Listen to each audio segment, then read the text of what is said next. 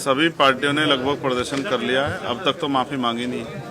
तो मैं भी इस बात को समझता था, मैंने तय किया अपनी पार्टी संगठन के लोगों के साथ बैठ के कि इस बार इसका परमानेंट सोल्यूशन ढूंढना है। जिस सत्ता के नशे में भारतीय जनता पार्टी के लोग इस देश के संविधान को और महापुरुषों को अपमानित करने का काम कर रहे हैं, वो सभी महापुरुष जिन्होंने इस संविधान के निर्माण में योगदान दिया और उनमें जो हमारे गुरु भी हैं बाबा साहब अम्बेडकर, उनका अपमान करने वालों को हम इस बार बहुत मजबूत सबक सिखाने के लिए तैयारी कर रहे हैं। सर, जिस तरह से इस अपमान पर सभी विपक्षी दल जो है वो बोल रहे हैं और बीएसपी का भी एक विरोध प्रदर्शन 24 को हुआ, भीम आर्मी अब तक खामोश क्यों है?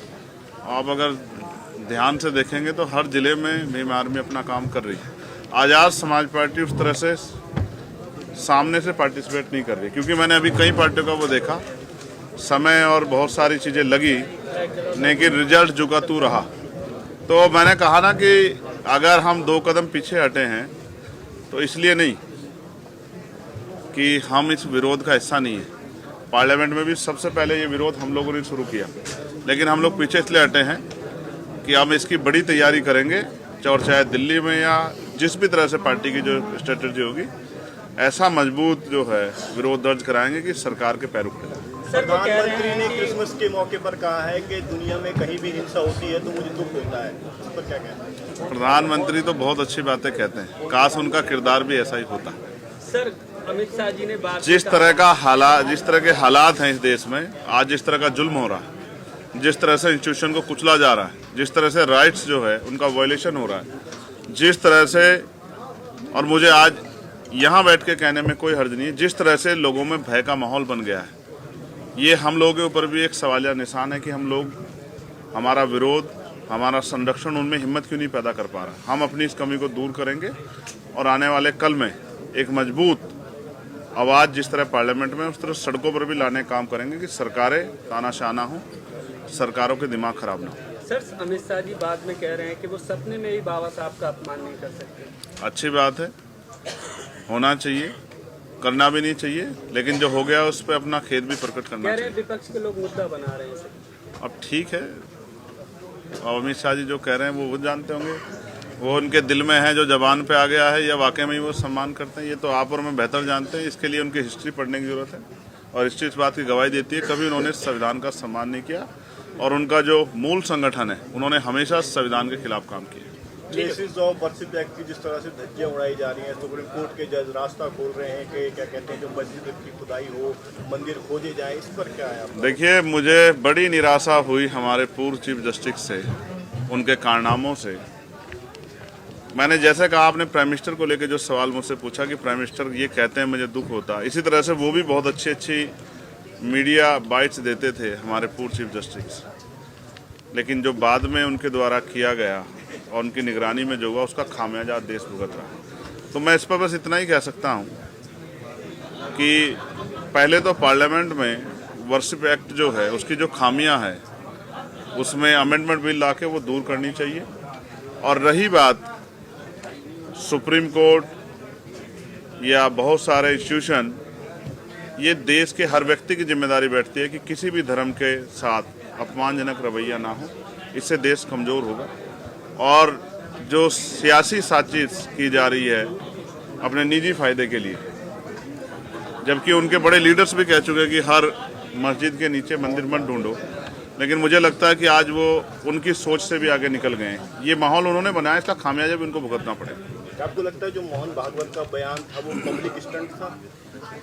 जब ये तो वही लोग जानते होंगे कि उनका बयान स्टंट था या वो जो हालात उनके द्वारा पैदा किए गए और आज जो उनसे समझ नहीं रहे हैं, उसके बाद ये बात कह रहे हैं। मगर मैं स्पष्ट तौर पर कहना चाहता हूँ, सिर्फ ये देश बातों से नहीं चलेगा, संविधान के आधार पर चलेगा। और जो इस देश में अल्पसंख्यक समुदाय में जो हमारे मुस्लिम भाई हैं, जैन भाई हैं, सिख भाई हैं, बौद्ध भाई हैं, क्रिश्चियन भाई हैं, उनकी ज़्यादा जिम्मेदारी हम लोगों को आगे बढ़कर उठानी पड़ेगी कि उनके मन में जो भय पैदा हो रहा है वो भय ज़्यादा दिनों तक ना रहे। क्या चंद्रशेखर जी संभल के पीड़ितों से मिलने के लिए जाएंगे? मैंने कल ही इस बात को कहा, मैं बिजनौर में था, कि मैं लगातार परमिशन के लिए अप्लाई कर रहा हूं और वहां का प्रशासन डिनाई कर रहा है। लेकिन जिस दिन मैं वहाँ जाऊँगा तो फिर वहाँ जाने के लिए बहुत लंबी लंबी कतारें लगेंगी, क्योंकि अभी तो सब किसी के मुंह से संबल नहीं निकल रहा है। कल का अगर आप मेरा प्रेस नोट ब्रीफ सुनोगे तो आपको पता लग जाएगा कि अभी मैं नहीं जा रहा हूँ तो कोई नहीं जा रहा है। जिस दिन मैं जाऊँगा और मुझे परमिशन मिलेगी फिर सब लोग जाएंगे। मैं मीडिया के साथियों के लिए भी चिंता कर रहा हूँ। मैं रादीप साहब अभी चर्चा कर रहे थे कि मीडिया पे जिस तरह की पाबंदियां लग रही और मीडिया अपना काम स्वतंत्र रूप से नहीं कर पा रही है, मुझे मीडिया के साथियों की भी चिंता, क्योंकि कई पत्रकार जेल गए हैं। हमारे मीडिया के साथी भी सरकार पर सवाल करते हुए थोड़ा सा घबराते हैं। लेकिन आप तो अच्छे शानदार पत्रकार हो, आपने तो बहुत सारे सवाल पूछे। तो आप ये समझो कि सरकारें जनता के लिए हैं, जनता सरकारों के चारा बनने के लिए नहीं है। सरकार के हिसाब से देश नहीं चलेगा, देश संविधान के हिसाब से चलेगा। और जिनको गलतफहमी है उनके घमंड भी जनता आने वाले समय में तोड़ देगी। संभल में जो पुलिस की कार्रवाई है उसको किस तरीके से देख रहे हैं आप? मैंने कह रहे हैं कि निष्पक्ष कार्य होगा, पत्थरबाजों को बख्शा नहीं जाएगा। वो जो 80-20 की बात करते हैं वही, जिनके एजेंडे में 20% लोग हैं ही नहीं, उनसे क्या उम्मीद कर सकते हो आप? उनकी कथनी करनी में फर्क है, इसीलिए जनता का भरोसा उनके प्रति कम है। और वो लोकसभा में जनता ने वोट की चोट से सबक भी सिखाया है। और अहंकार में 400 पार तो नहीं हुए, 240 पर रुक गए। स्वर्ग का रास्ता है तो किसी भी चीज को कहीं पर भी जाने के लिए उसका एक प्रॉपर एड्रेस होता है। स्वर्ग का कोई एड्रेस है, प्रॉपर चीजें हैं वहाँ पर जाने के लिए। अमित शाह तो हमसे मिलेगा कि यहीं पर मिलेगा? अमित शाह इतना बड़ा नहीं है कि हम उससे जाके मिले, वो आएगा तभी तो उसने सारी इन चीजों को लगा दिया, रेस्ट्रिक्शन लगा दिया। वो खुद डरा पड़ा है। अरे वो संसद में बोलता है, वहाँ पे चुपचाप से मूर्ति हटाता है। हिम्मत है तो बाहर आना, चौड़े में आ, तब तुझे बताते हैं कि अम्बेडकर वाली क्या है। तू चुपचाप करे जा वहाँ पर। नहीं, धमकी क्या है इसमें? धमकी है वो कुछ भी बोले जाए, वो कुछ भी करे जाए, उसकी छूट है। हम पब्लिक बनाया किसने? अमित शाह को, मोदी को बनाया किसने? हम लोग लाए, हम लोग लाए। वोट किससे?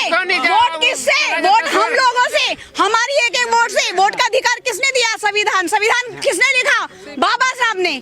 तो वो भूल रहे हैं क्या? भूल रहे हैं? नहीं, हम बोलते हैं आपके पूर्वजों को, किसी को बोलते हैं आप राम के अनुयायी हैं, आप राम को मानने वाले हैं, हम बाबा साहब को मानने वाले हैं, तो आप क्यों मतभेद इसको कर रहे हैं? प्रतिमा हटा दिया। प्रतिमा तो वो उसने कमरे में जाके हटाई ना, वहाँ पर हटाई ना, चुपचाप ऐलान करके हटाई। कोई भी चीज